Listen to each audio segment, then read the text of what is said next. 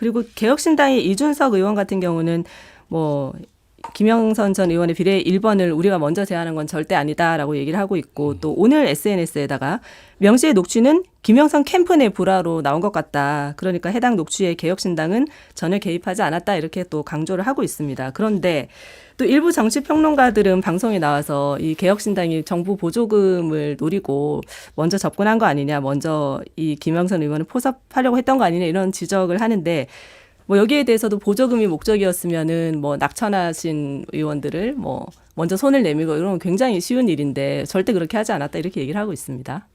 이러한 그 의심을 야기하는 부분에 대해서 개혁신당이 좀 더 적극적으로 설명을 하지 않으면 네. 같이 오해를 받고 그 개혁신당의 이름마저도 퇴색되는 결과를 낳으리라 생각해요. 심지어는 그 제가 요새 이렇게 평론을 듣다 보면 이준석 의원에 대해서 많은 기대를 갖고 있는 평론가들 사이에서도 네. 실망의 목소리가 분출되는 것을 느끼거든요. 아무리 아니라고 해도 지금 불똥이 튀고 있는 것 같습니다. 그리고 이런 부분이 있어요. 다들 지금 박원석 의원님도 말씀 안 하시지만 지금 일어나고 있는 일 이상으로 알고 있는 분들이 굉장히 많아요. 지금 네. 제가 볼 땐 박 의원님도 그중에 한 분이라고 생각을 하는데 아닙니다. 그런데 그거를 예. 지금 상당히 그 뭐라 그럴까 나름대로 이렇게 그 스텝을 밟아서 공개하고 있다라는 느낌을 받거든요. 예를 든다면은 이준석 의원이 나는 그걸 나도 봤다. 그런데 그거 가지고는 뭐라 그랬죠? 완성도가 떨어진다 그랬던가? 완결성이 떨어진다. 완결성이 네. 떨어진다 그랬을 때 액면 그대로 보면 그걸 비판할 일이 아닌데 이미 평론가들 사이에서 이준석을 비판하면서 솔직하지 못하다라는 얘기를 하는 사람들이 있었거든요. 그러니까는 이준석답지 않다. 사실은 여의도에 예. 이미 떠도는 얘기들은 지금 우리가 이러한 그 언론이나 채널을 통해서 하는 얘기보다 훨씬 앞서 있다라는 전제로 말씀을 드리자면 네. 지금 이준석 의원도 그렇고 천하람 의원도 그렇고 이런 식으로 해가지고선 소위 이제 이런 걸 컬래터럴 데미지라 그러죠. 그 데미지를 옆에서 있으면서 같이 받는 건데 네. 그럴 가능성이 있어요. 왜냐하면은 아까도 말씀드렸듯이 분명히 그때 그 선거 보조금과 관련해서 굉장히 갈급했던 상황이었습니다. 네. 그랬는데 다행히도 어찌됐든 간에 김영선은 안 받아들였잖아요. 그리고 우리가 잘 모르는 젊은 여의사를 1번으로 배치를 했고 이주영 또 의원이죠. 이미 김종인 당시 선대 공관위원장. 공천관리위원장이 김영선 의원이 본인을 찾아왔는데 본인은 거의 내치다시피 했다라는 식의 또 설명을 하지 않습니까? 네. 그래서 이런 부분과 관련해서 좀 분명한 선이 필요한 것 같고요. 개혁신당은. 국민의힘은 지금 어쨌든 한동훈 체제를 계기로 해가지고 지금 여기서 선을 그때 아주 굵은 선을 긋지 않으면은 같이 도매금으로 휩쓸려 갈 가능성이 매우 커요. 근데 지금 다들 아무 소리도 안 하잖아요. 예. 아마 제가 볼 때는 당선된 사람 중에도 그 소위 개입으로 된 사람도 꽤 있는 거 아닌가라는 의심을 살 정도로 네. 왜냐하면은 주로 이것 때문에 불만을 가질 사람은 공천이 안 됐거나 떨어질 사람이지 어찌됐든 우여곡절 그때 당선된 사람은 입을 꾹 다물고 있을 거란 말이죠. 네. 그런데 여기서 뭔가 변화가 있지 않으면 상당히 국민의힘에게는 큰 시련이 될 수도 있겠다라는 걱정이 있죠. 그러니까 이제 이준석 대표나 개혁신당 관련해서는 보기에 따라서는 이제 공천 거래 혹은 폭로 거래 여기에 가담한 거 아니냐라는 시각이 전 있을 수 있다고 봐요. 네. 물론 먼저 개혁신당이나 이준석 의원이 그걸 제안했을 것 같지는 않아요. 그러니까 정황상 성향상 김영선 의원이 먼저 자기가 이제 공천 탈락이 확실시되니까 예. 이걸 고리로 뭔가 비례대표 공천을 받고자 이제 거래를 타진했을 가능성이 있습니다. 문제는 그거를 단칼에 자른 게 아니고 그 바쁜 선거운동 와중에 네. 지리산 자락에 있는 칠불사에 가서 밤새 심야 회동을 하고 네.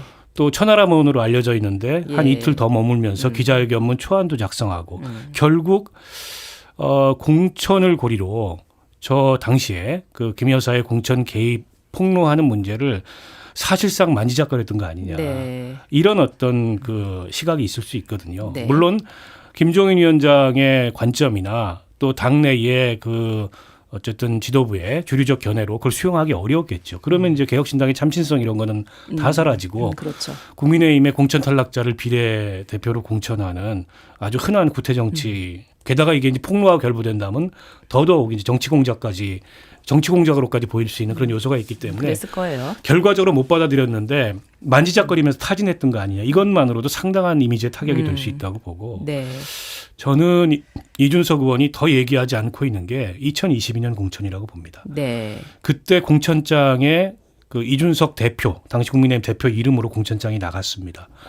물론 당시는 이제 대통령 선거 직후였고 취임도 전에 당선인의 힘이 굉장히 셀 때 공관위원장 선임부터 공천까지 당대표가 사실상 무기력해졌을 수 있어요. 힘이 많이 빠져 있었죠. 힘이 많이 왔다 빠져 갔다 있을 수 했죠. 있습니다. 그 인정해요. 객관적으로. 예. 그러나 저간의 사정을 몰랐을까? 그거는 전 아니라고 봅니다. 저간의 사정을 충분히 알았을 거라고 보고 이건 문제의 소지가 있다고 생각했을 수도 있다고 봅니다. 근데 그에 대해서 얘기를 안 해요. 이준석 대표가. 근데 저는 얘기해야 된다. 네. 이쯤 그 의혹이 제기되고 국민적인 의혹에 그런 시선이 있는 상황이라면 공당의 더군다나 당시 집권당의 대표는 헌법적 법률적인 권한과 책무가 있는 사람이에요. 네. 근데 어떻게 보면은 부당한 외적 힘에 의해서 본인의 공천권이 침해된 거거든요. 그렇게 볼 수 있는 거지 않습니까? 맞습니다. 근데 그에 대해서 얘기를 하지 않는다면 결과적으로 그런 어떤 부정하고 부당한 일에 침묵하거나 동조하는 게 될 수 있어요. 결과적으로. 동조. 네. 동조하는 게. 때문에 지금이라도 그때 무슨 일이 있었는지 이준석 대표가 무슨 특별히 뭘 거기에 가담했다는 얘기를 제가 하는 게 아닙니다. 네. 그러나 그때 무슨 일이 있었는지에 대해서 정확하게 밝힐 책임은 있다.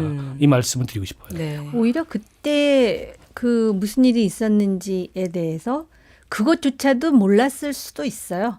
왜냐하면은 일단 당선이 됐고 윤석열 후보가 모든 힘이 그 후보에게 완전히 집중되는 상황이었고 본인의 또 개인 문제도 있었잖아요. 그 상당히 불미스러운 예. 그런 상황에서 아마 본인은 지방선거에 후보가 공천이 되면 열심히 그 선거 운동을 하는 게 당대표로서 할 수 있는 일이라고 한계를 실감했을지도 모르죠. 그리고 사실은 지금 이 와중에 우리가 김영선 의원과 관련해서 2022년에 그 소위 명태균이라는 사람이 어쨌든 역할을 해서 후보가 됐다라는 거 아니에요? 네. 거기가 국민의힘으로서는 완전히 노른자 같은 지역이란 말입니다. 무조건 되는 곳. 그렇기 때문에 본인이 또 그 윤 대통령에 대한 충성심을 발휘하느라 그 노량진 수산시장에 그 예, 수돗물 드링킹까지 해가면서 네. 그랬단 말입니다. 그러다가 2024년에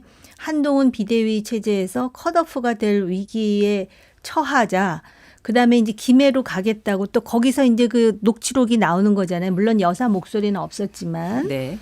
그랬는데 결국 안 되니까 나름대로 그 지금 명태균의 증언에 따르면은 김 여사가 힘이 없어서 못 도와줬다는 거 아니에요? 처음에 2022년에는 마치도 도와준 것 같은데 그럼에도 불구하고 본인이 국회의원이 되기 위해서 개혁신당을 찾아가서 텔레그램 메시지까지 보여주는 그러한 일련의 행동을 보면은 이 지금 대한민국 정치판에는 뭐 당이 있긴 하지만 과연 이념 정향이라는 건 있는 것인지 그다음에 그 당을 위해서 사실 어떤 자신의 신조에 충성을 해야 되는데 사람에 충성하는 이 고질적인 한국병 여기서 벗어나지 못한 줄 알았는데 그것도 자신의 이해와 맞지 않으면은 얼마든지 뒤집으면서 배신할 수 있다라는 여러 가지 지금 한국 정치에 씁쓸합니다. 그런 그 보고 싶지 않은 그런 추한 부분을 지금 우리가 보고 있음에도 불구하고 네. 모든 초점이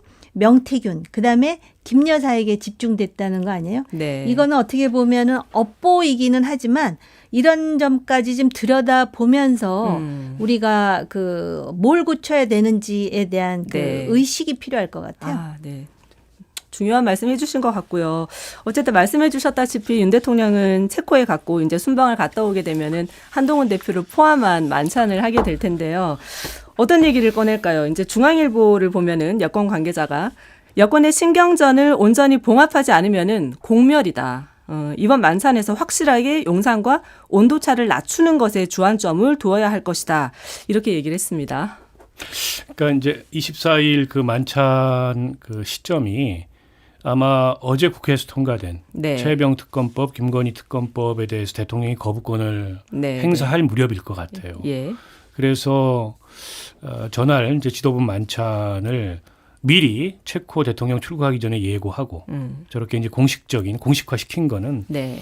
그때 이제 대통령이 확실히 여당의 표단속을 하겠다. 네. 이런 의지를 표현한 거 아니냐 이런 해석이 있어요. 네. 그런데다가 이게 이제 당 정관계에 있어서 확실히 그 대통령 우위, 그러니까 이 대통령실 우위가 확고했었는데 예. 이게 조금씩 바뀌어가고 있는 거 아니냐. 네. 특히 이제 그럴 수밖에 없는 게 김건희 여사 이슈로 인해서 여당 내부에 심경이 복잡하고 네. 자칫하면 이가 여당 내부에 반발을 부를 수도 있는 지금 여당 내부에서 비판의 목소리가 굉장히 높아졌어요. 맞습니다. 표 이탈 얘기 많이 나오죠. 예. 그 시장도 그렇고 예. 또 최고위원 중에도 강한 톤으로 이걸 비판하는 분들도 있고 그래서 행여라도 김건희 특검법에 대해서 이탈표가 발생할 경우에 감당하기가 어렵잖아요. 그래서 이제 미리미리 그걸 단속하기 위해서 지난 추석 전에 열리기로 했었는데 이게 이제 의정 갈등 해법에 대한 이견으로 미뤄뒀던 지도부 만찬을 하는 것 같은데 근데 이제 이날도 보면 한 20명 정도 그 참석자가 될 것 같아요. 네. 근데 거기서 의미 있는 얘기가 나오기는 어렵잖아요. 그렇지 너무 않습니까? 많네요. 막 그냥 좋은 얘기, 예. 서로 덕담비스무리한 얘기 이런 얘기만 오갈 텐데 그래서 대통령과 한동훈 대표의 단독 회동이 열리느냐 안 열리느냐 이게 이제 첫 번째 관측 포인트일 것 같고요. 두 네. 번째로는 의정 갈등 해법이 나오느냐 안 나오느냐. 이게 이제 굉장히 중요한 그 맞습니다. 현안이 될 것 같아요. 네. 지금 한동훈 대표는 거의 모든 본인의 역량을 이 문제 해결에 집중하고 있어요. 네. 그래서 의사협회장도 비공개로 어제 만났다고 그러고. 네. 근데 이제 해법이 안 나오는데 해법이 안 나오는 이유가 룸을 안 주지 않습니까? 대통령이나 정부에서. 네. 뭔가 여당한테 중재 여지를 줘야 되는데 그게 지금까지 전혀 없었는데 근데 그런 데 있어서 변화가 나타날 거냐. 그래서 일각에서는 결국 뭐 표단속이 맨입으로는 안 될 거고 그 김건희 특검법에 대한 표단속 차원에서 네. 의정 갈등에 대해서 종전의 완강한 태도가 좀 누그러지면서 뭔가 해법이나 여지를 갖게 되는 거 아니냐 네. 여당이 이런 관측이 있어요. 저도 예. 그래서 24일 회동에 이제 주목을 하고 있습니다. 대통령이 위기감을 느끼시는 거는 맞는 것 같아요. 총선 끝나자마자 이재명 대표와 회동하지 않았습니까? 맞습니다. 가서 그 위기감은 분명히 인식하고 있다라고 보여지고요. 결국 의정 갈등을 풀어주는 게 가장 현실적인 해법이에요. 근데 의정 갈등을 풀어준다는 게 이겁니다. 2025년에 그러면은 입시를 어떻게 할 것인가. 네. 물론 대통령의 사과와 그다음에 장차관 교체는 포함되어야 될 것 같아요. 그러면 이거는 대통령 보고 완전히 백기를 들라는 것인데 네. 사실 그 정치에 대해서 이 흐름을 오래 봐왔던 사람 같으면은 그거라도 하고 이 난국을 일단 자존심을 꿀떡 삼키고라도 해야 된다고 생각하지만은 과연 대통령은 어떻게 생각할 것인가.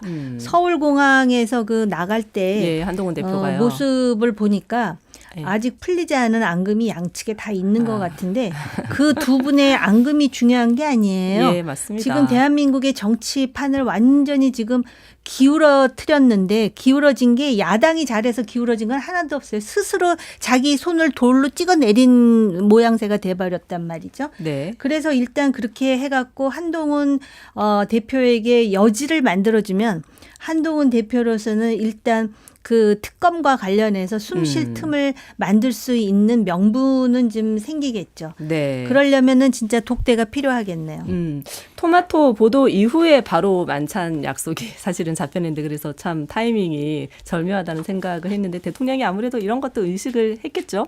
추석 민심 뭐 지지율 이런 것도 의식을 했으려나요? 당연히 하지 않았겠습니까? 지금 이게 20%인데 오늘 갤럽이 아마 여론조사 안 했을 거예요. 네. 그런데 만약에 그 해가지고 이게 20에서 19.9가 됐다 해도 이게 상당히 심리적으로 미치는 영향이 많다라는 거는 여론에 연연하지 않는다 그랬지만은 자유민주주의 국가의 리더는 여론에 연연해야 하는 겁니다. 네. 그런 차원에서 위기감을 느꼈을 거라고 생각해요. 네. 이게 총선 직후만 하더라도 윤 대통령의 지지율 하락을 국민의힘이 막고 있는 그런 상황이었어요. 근데 지금은 이제 동조화 현상이 일어나서 예. 같이 지지율이 붕괴되고 있습니다. 맞습니다. 결국 한동훈 대표 체제 한 2달 지켜봤는데 뭐 되는 게 없다. 이런 것에 대한 실망감의 반영이거든요.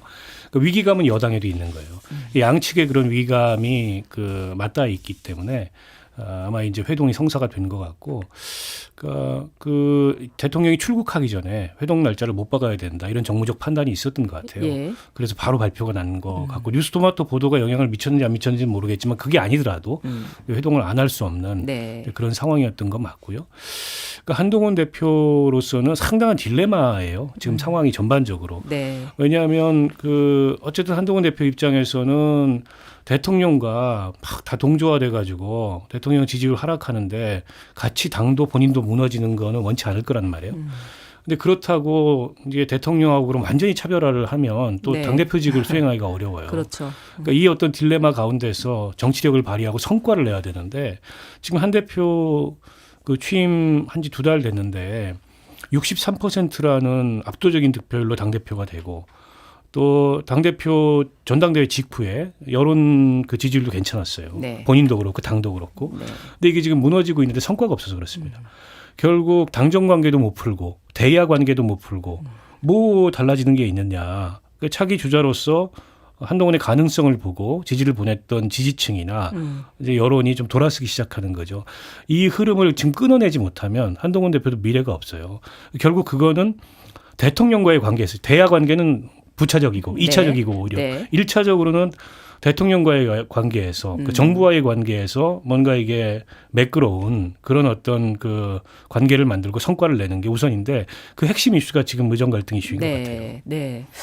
이번 회동에서 어떻게든 이 의정 갈등을 조금씩 풀 수 있는 그런 성과를 한동훈 대표가 얻을 수 있을지 또 지켜봐야 될 것 같네요.